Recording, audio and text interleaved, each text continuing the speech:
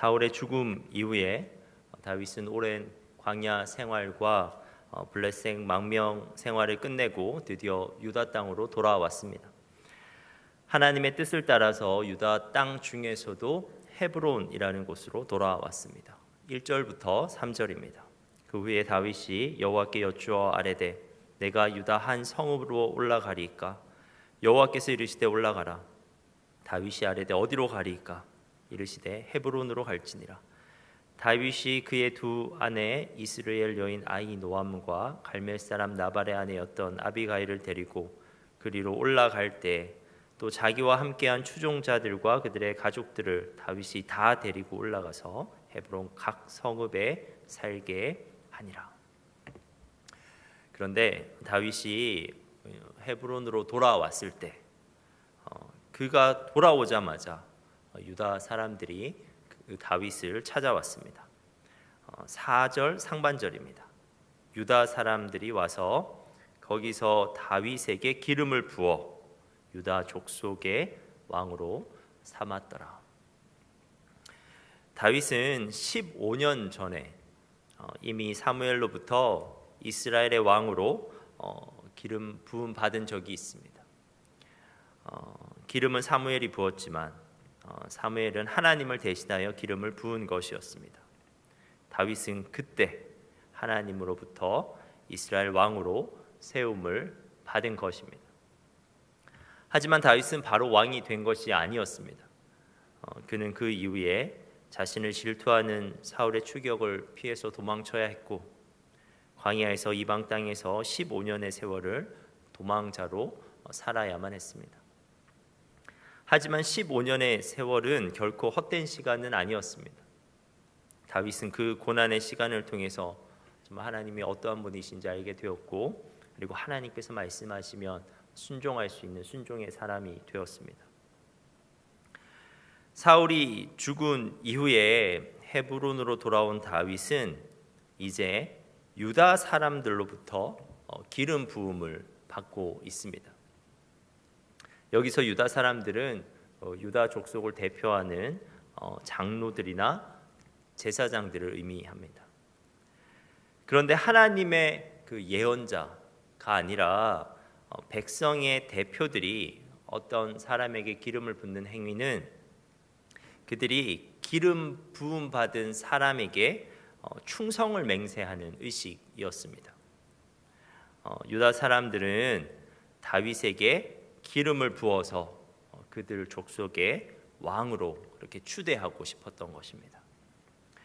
비록 이스라엘 전체의 왕은 아니지만 다윗은 드디어 처음 기름 부음 받은 지 15년 만에 왕으로 유다 족속의 왕으로 공식적으로 세워지게 된 것입니다.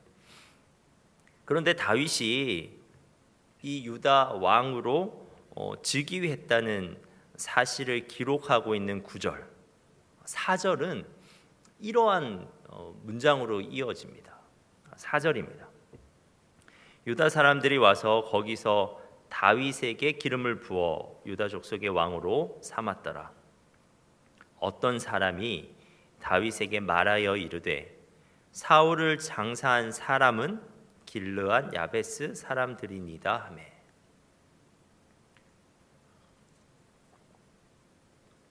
사절에 의하면 유다 사람들이 다윗을 유대의 왕으로 세우자마자 지금 뭘 얘기를 하고 있냐면요, 길르앗 야베스 사람들에 대한 정보를 지금 다윗에게 제공하고 있습니다.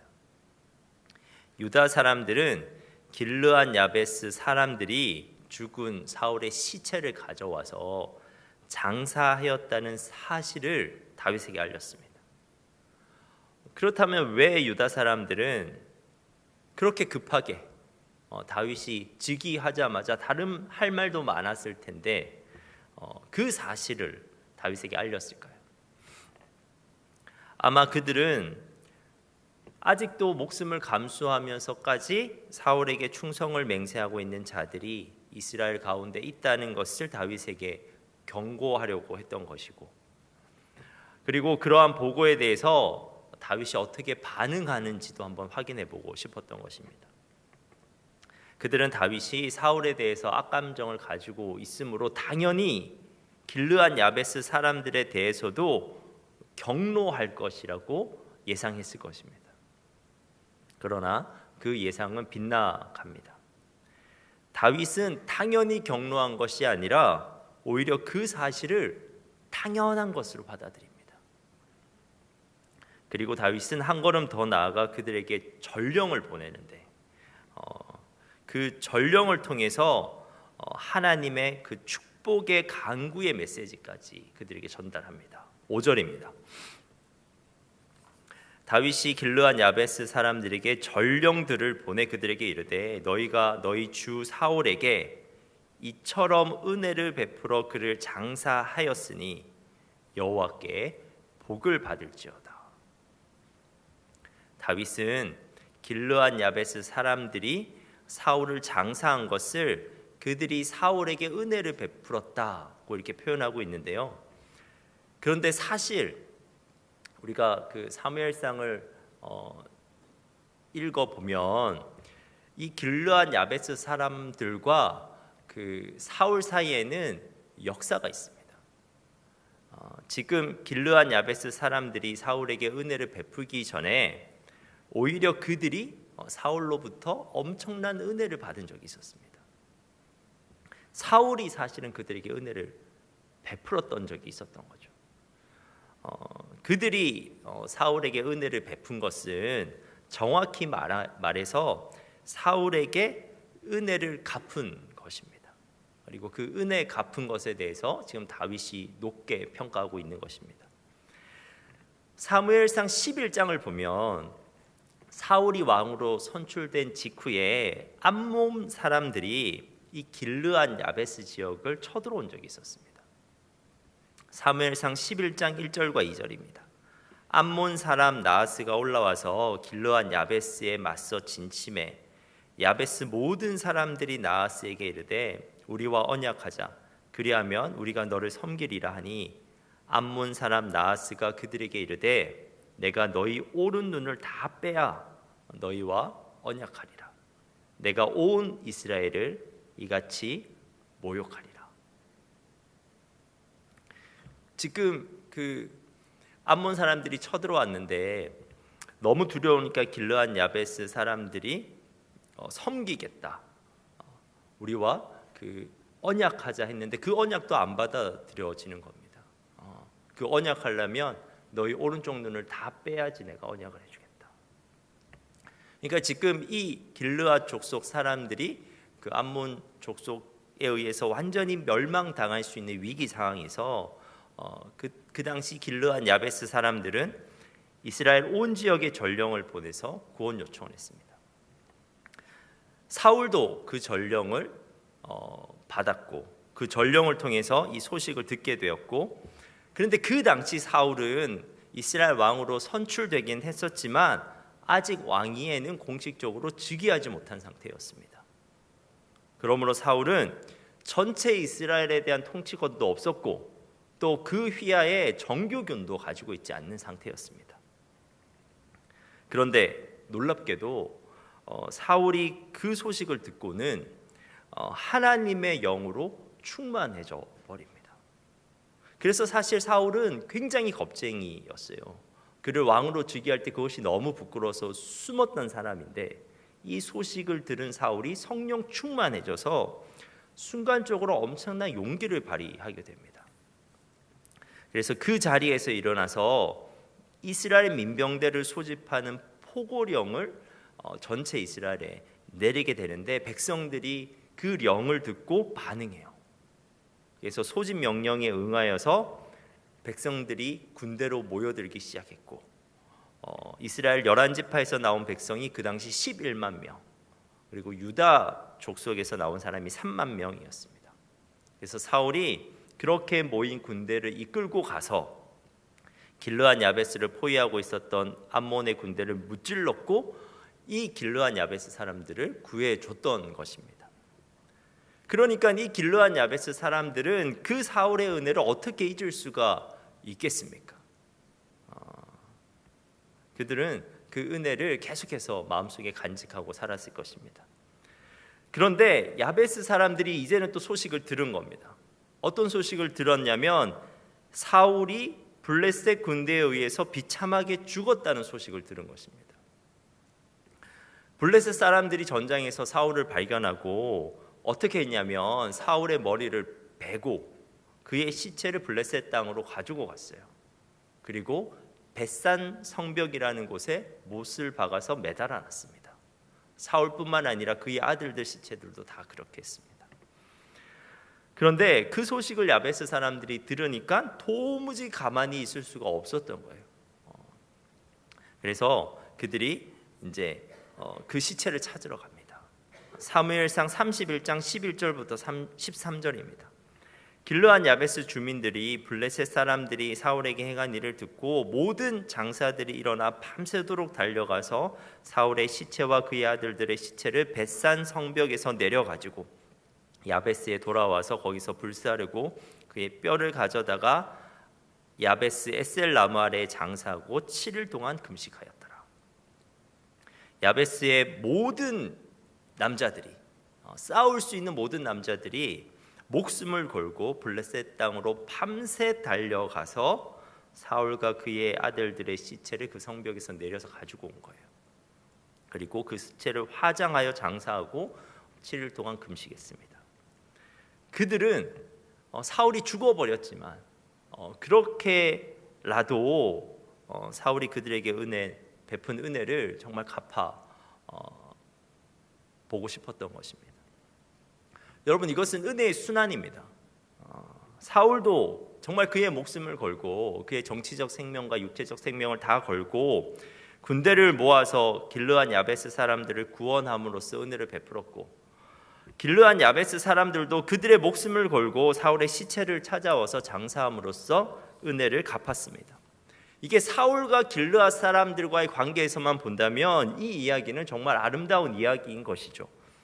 하지만 지금 이 이야기를 듣는 다윗의 입장에서는 사실은 불편한 이야기입니다. 왜냐하면 야베스 사람들이 은혜를 갚은 사울은 다윗을 그토록 죽이고자 했던 사람이잖아요. 그리고 여전히 지금 나라가 두 개로 나뉘어져 있단 말이에요. 유다 족속만 다윗을 왕으로 추대했지 나머지 11지파는 지금 사울 왕을 따르고 있는데, 야베스 족속이 그렇게 사울에게 충성한 이야기를 들으면 나머지 지파들의 사울을 향한 충성심이 고취될 수도 있는 문제 아닙니까? 그래서 사실은 다윗에게는 이야기가 불편한 이야기일 수 있었습니다. 그 소식이 위협으로 느껴질 수도 있었습니다. 하지만 다윗이 이 소식을 듣고 이제 어떻게 반응한지를 잘 봐야 돼요. 다윗은 사울에 대한 길르앗 야베스 사람들의 선행을 자신의 상황에서 자의적으로 해석하지 않고요, 철저히 하나님을 중심으로 이 상황을 바라보고 있습니다. 기름 부음 받은 사울을 선대한 것, 그리고 이전에 그들이 사울에게 받은 은혜를 갚은 것, 이것은 분명 하나님이 보시기에 선한 일이라는 것입니다. 그러므로 다윗은 길르앗 야베스 사람들을 향한 하나님의 축복을 간구할 뿐만 아니라 놀랍게도 그들을 향한 자신의 보상도 약속하고 있습니다. 5절과 6절입니다. 다윗이 길르앗 야베스 사람들에게 전령을 보내 그들에게 이르되 너희가 너희 주 사울에게 이처럼 은혜를 베풀어 그를 장사하였으니 여호와께 복을 받을지어다. 너희가 이 일을 하였으니 이제 여호와께서 은혜와 진리로 너희에게 베푸시기를 원하고 나도 이 선한 일을 너희에게 갚으리니. 그 야베스 사람들을 향한 다윗의 반응이 이제 굉장히 이게 중요한 이유가 뭐냐면요, 지금 이것이 유다 족속의 왕으로 세워주고 보여준 첫 번째 정치적 행위입니다.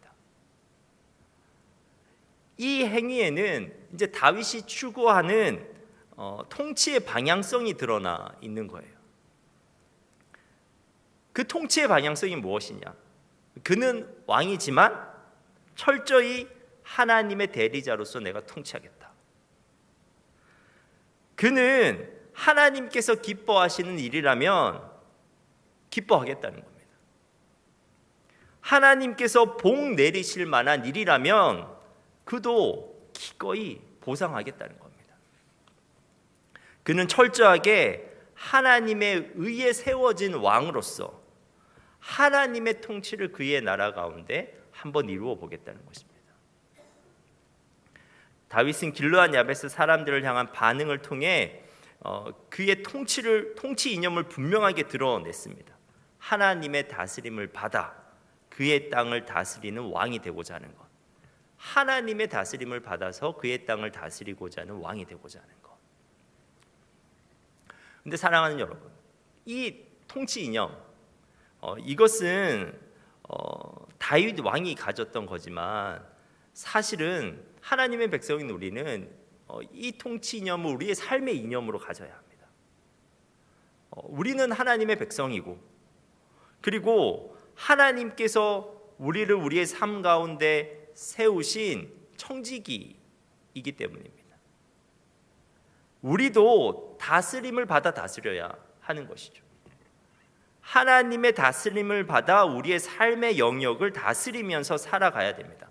그런데 우리가 하는 오해가 있어요. 하나님의 통치가 세상 권력자와 같은 폭압적인 다스림은 아닐까 하는 오해예요. 그런데 하나님의 통치는 그런 세상 권력자의 다스림과는 다릅니다. 세상적 권력자는 자신의 이익을 위해서라면 그 통치받는 사람의 자유를 빼앗는 것을 주저하지 않습니다. 그리고 그 사람의 목적을 달성하기 위해서라면 우리의 존재를 망가뜨리는 것도 사실 주저하지 않습니다. 그런데 하나님의 다스림은 그러한 다스림이 아니라고요. 오히려 하나님의 통치는 은혜의 다스림입니다. 하나님의 통치는 그 다스림을 받는 사람이 가장 자유로운 존재, 가장 성숙한 존재가 될 수 있도록 만듭니다. 그리고 하나님의 통치를 받는 그의 삶의 영역은 하나님께서 책임져 주시는데 하나님께서 책임주셔서 그 영역을 은혜의 영역으로 만드십니다. 제가 실제적인 예화를 한번 들어보도록 하겠습니다. 제가 최근에 어떤 비전에 대한 책을 읽었는데 그 책에서 읽은 한 집사님의 간증입니다. 한 집사님이 있었습니다. 그 집사님은 연봉을 올리는 것이 그 인생의 그 절대적 목표였어요. 집사님이 연봉을 올릴 방법만 생각하며 살았지만 뜻대로 잘 되지 않았습니다. 그래서 항상 불만에 처했었고 모든 일이 너무 짜증스러웠습니다. 근데 어느 날 집사님이 그 안에 따라서 가기 싫은데 40일 특별 새벽 기도를 가게 되었습니다. 새벽에 교회 나와서 앉아 있긴 했지만 기도할 것이 없으니까 계속해서 이제 졸았는데 어느 날은 문득 이제 자신의 낮은 연봉이 떠올랐습니다. 그래서 이제 기도하기 시작했어요. 하나님 연봉 좀 올려주십시오. 조금 더 잘 먹고 잘 살고 싶습니다. 그런데 기도하는 중에 갑자기 이런 마음이 들었다는 거예요. 하나만 더 고쳐볼래? 이거 말로만 듣던 하나님의 음성 같았지만 성경 어디에도 하나만 더 고쳐볼래? 뭐 이런 말은 없으니까 이게 도대체 무슨 소리일까? 집사님은 그 마음의 소리가 무엇을 뜻하는지 이제 고민하기 시작했습니다. 그런데 집사님 머릿속에 그 자기 직장인 이분이 어디에서 일하고 있었냐면 에어컨 정비센터에서 일하고 있었는데 그 직장이 떠오른 겁니다. 사실 그 정비 하는 것은 이상이 있는 곳만 빨리 가서 빨리 손봐주고 이제 나오는 것이 당연하게 그 정비센터의 관행인 거죠. 그런데 이렇게 이제 생각되는 겁니다. 하나님이 이상이 있다는 곳 외에 한 군데를 더 고치라고 말씀하시는 것 같은 거예요. 하나만 더 고쳐볼래. 그래서 이상이 있는 곳은 당연히 고쳐야 되고, 그런데 하나만 더 고쳐볼래. 그래서 집사님이 이제 그 날부터 어떻게 하기 시작했냐면, 에어컨을 수리할 때 고객이 알지도 못하는 결함을 하나 더 고치거나 불량 부품을 교체해주기 시작한 겁니다. 덕분에 고객들은 큰 고장을 사전에 방지할 수가 있었죠. 근데 당연히 당사자는 그 사실을 몰랐습니다. 고객들은. 그런데 그렇게 일하는 사이에 집사님에게 놀라운 일이 생긴 겁니다. 갑자기 사장님이 그에게 전화를 걸어서 그의 업무 태도를 칭찬해 준 것도 아니고, 연봉을 올려 받은 것도 아닌데, 그 전까지 일하면서 한 번도 경험하지 못한 놀라운 기쁨을 맛보게 되는 겁니다. 보람, 한 번도 느껴본 적이 없는데 그게 그렇게 보람스러운 거예요. 자기 일이.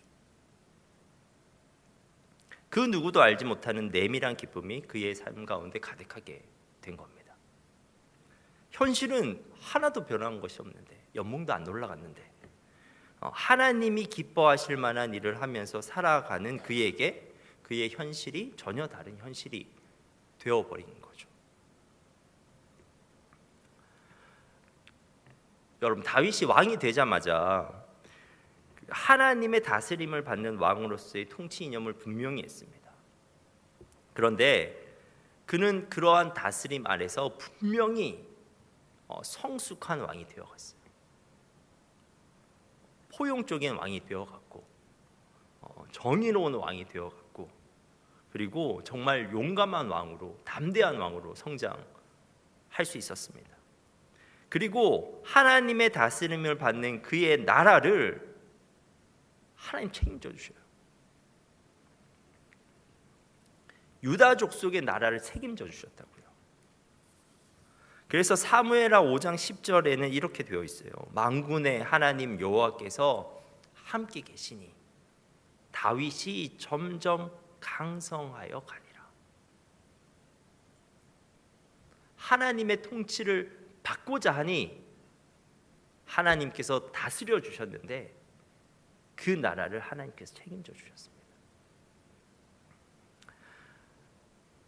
사랑하는 청년 여러분, 오늘 본문에서 다윗이 왕으로서 가졌던 통치 이념을 여러분 삶의 이념으로 확립해 볼 수 있었으면 좋겠습니다. 굉장히 단순한 거예요. 하나님의 다스림을 받아 내 삶의 영역을 다스리는 거예요. 하나님이 기뻐하시니 나도 그 일을 기쁘게 할게요. 하나님께서 은혜 베풀기를 원하시니 저도 그곳에 은혜를 베풀게요. 근데 그 삶이 우리의 자유를 없애는 삶도 아니고, 그 삶이 우리를 망가뜨리는 삶이 아니라고요. 하나님의 다스림을 받는 삶은 우리를 성숙시키는 삶이고, 그리고 우리의 삶의 영역을 하나님께서 책임져 주시는 삶입니다. 사랑하는 여러분, 하나님의 다스림을 받아서 여러분의 삶의 영역을 다스려가는 여러분 되시길 바랍니다. 기도하겠습니다. 하나님, 우리가 하나님의 다스림을 받아 내 삶의 영역을 다스리는 자가 되게 하옵소서. 나의 법대로, 나의 마음대로, 나의 욕심대로 살아가지 않고 하나님의 법대로, 하나님의 마음대로, 하나님의 소망대로 살아가게 하옵소서. 그래서 우리가 하나님의 다스림 안에서 은혜를 누릴 수 있게 하옵소서. 예수님의 이름으로 기도합니다.